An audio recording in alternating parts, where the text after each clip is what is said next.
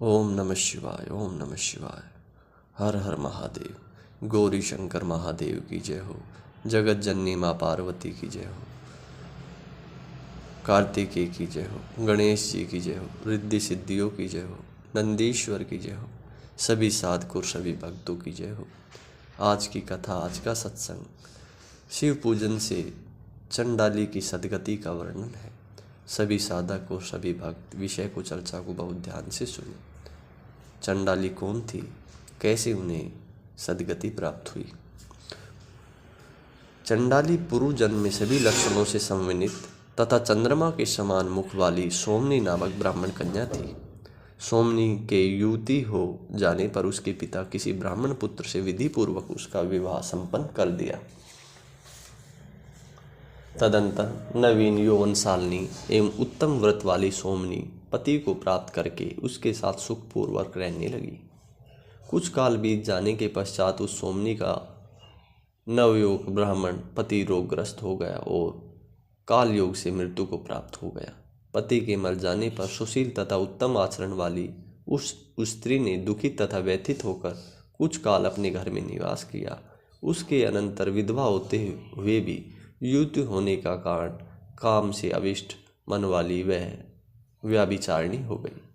तब कुल को कलंकित करने वाले उसके इस कुकर्म को जानकर उसके कुटुंबियों ने परस्पर मिलकर उसके बालों को खींचते हुए उसे दूर ले जाकर छोड़ दिया। कोई शूद्र उसे वन में स्वच्छंद विचरण करती हुई देख अपने घर ले आया और उसने उसे अपनी पत्नी बना लिया। अब वह प्रतिदिन मांस का भोजन कराती, मदिरा पीती और व्यभिचारिणी करती रहती। इस प्रकार उस शूद्र के संबंध से उसने एक कन्या को जन्म दिया। किसी समय पति के कहीं चले जाने पर उस व्यभिचारिणी सोमनी ने मद्यपान किया और वह मांस के आहार की इच्छा करने लगी। इसके बाद रात्रि के समय घोर अंधकार में तलवार लेकर वह घर के बाहर गोष्ठ में गायों के साथ बंधे हुए मेषों के बीच गई।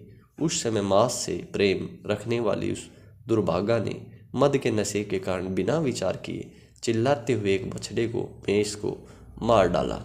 मरे हुए उस पशु को घर लाकर बाद में उसे बछड़ा जानकर वह स्त्री भयभीत हो गई और किसी पुण्य कर्म से पश्चाताप पूर्वक शिव शिव ऐसा उच्चारण करने लगी। क्षण भर शिव जी का ध्यान करके मांस के आहार की इच्छा वाली उसने उस बछड़े को ही काट कर अभिलाषित भोजन कर लिया। इस प्रकार बहुत सा समय बीतने के पश्चात वह सोमनी काल की वशीभूत हो गई और यमलोक चली गई। यमराज ने भी उसके पूर्व जन्म के कर्म तथा धर्म का निरीक्षण कर उसे नरक से निकालकर चंडाल जाति वाला बना दिया। यमराजपुरी से लौटकर वह सोमनी चंडाल के गर्भ से उत्पन्न हुई। वह जन्म से अंधी एवं कोयले के समान काली थी। जन्म से अंधी, बाल अवस्था में ही माता पिता से रहित और महाकुष्ठ रोग से ग्रस्त उस दुष्टा से किसी ने विवाह नहीं किया। उसके बाद वह अंधी चंडालनी भूख से पीड़ित एवं दीनहीन हो लाठी लेकर हाथ में जहाँ तहाँ डोलती और चंडालों के झूठे अन्न से अपने पेट को, ज्वाला को शांत करती। इस प्रकार महान काष्ठी अपनी अवस्था बहुत भाग बीत लेने के पश्चात वृद्धावस्था से ग्रस्त शरीर वाली वह घोर दुख पाने लगी। किसी समय उस चंडाली को ज्ञात हुआ कि आने वाली शिव तिथि में बड़े बड़े लोग इस गौण क्षेत्र की ओर जा रहे हैं। वह चंडाली भी वस्त्र एवं भोजन के लोभ से महाजनों से मांगने के लिए धीरे धीरे गौण क्षेत्र की ओर चल पड़ी। वहां जाकर वह हाथ फैलाकर दीन वचन बोलती हुई महाजनों से प्रार्थना करती हुई इधर उधर घूमने लगी। इस प्रकार याचना करती हुई उस चंडाली की अंजलि में एक पुण्य आत्मा यात्री ने बेल की मंजरी डाल दी। बार बार विचार करके यह खाने योग्य नहीं है ऐसा समझकर भूख से व्याकुल उसने अंजलि में पड़ी हुई उस मंजरी को दूर फेंक दिया। उसके हाथ से छूटी हुई वह बिल्लव मंजरी शिवरात्रि में भाग्यवंश किसी शिवलिंग के मस्तक पर जा गिरी।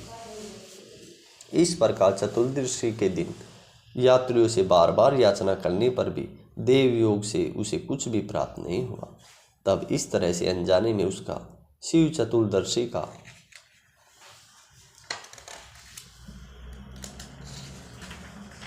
उत्तम व्रत और अत्यंत आनंददायक जागरण भी हो गया। उसके पश्चात प्रभात होने पर वह स्त्री महान शोक से युक्त होकर धीरे धीरे अपने घर के लिए चल पड़ी। बहुत समय के उपवास से थक चुकी वह पग पग पर गिरती हुई उसी गौण क्षेत्र की भूमि पर चलते चलते प्राणहीन होकर गिर पड़ी। उसने शिवजी की कृपा से परम पद प्राप्त किया। शिवगण उसे विमान पर बैठाकर शीघ्र ही ले गए। पूर्व जन्म में इस व्यभिचारिणी स्त्री ने जो अज्ञान में शिवजी के नाम का उच्चारण किया था, उसी पुण्य से उसने दूसरे जन्म में महाबलेश्वर के दिव्य स्थान को प्राप्त किया। उसने गोकर्ण में शिव तिथियों को उपवास करके शिव के मस्तक पर बेलपत्र अर्पित कर पूजन किया तथा रात्रि में जागरण किया। निष्काम भाव से किए गए इस पुण्य का ही फल आज वह महाबलेश्वरी कृपा से भोग रही है। हे भक्तों, शिवजी का इस प्रकार का महाबलेश्वर नामक महालिंग शीघ्र ही सभी पापों का नष्ट करने वाला वो परम आनंद प्रदान करने वाला है। इस प्रकार मैंने आप सभी से महाबलेश्वर नामक उत्तम लिंग के परम महत्व का वर्णन किया है। आप लोगों से अब मैं उसके एक अन्य महत्व को भी कह रहा हूँ, जिसके सुनने मात्र से शीघ्र ही शिव जी के प्रति भक्ति उत्पन्न होगी। यह हम अगली कथा में आपको बताएंगे। तो आज का हमारा सत्संग, हमारी कथा आप सभी को कैसी लगी हमें ज़रूर बताएं। सभी साधकों, सभी भक्तों को ओम नमः शिवाय।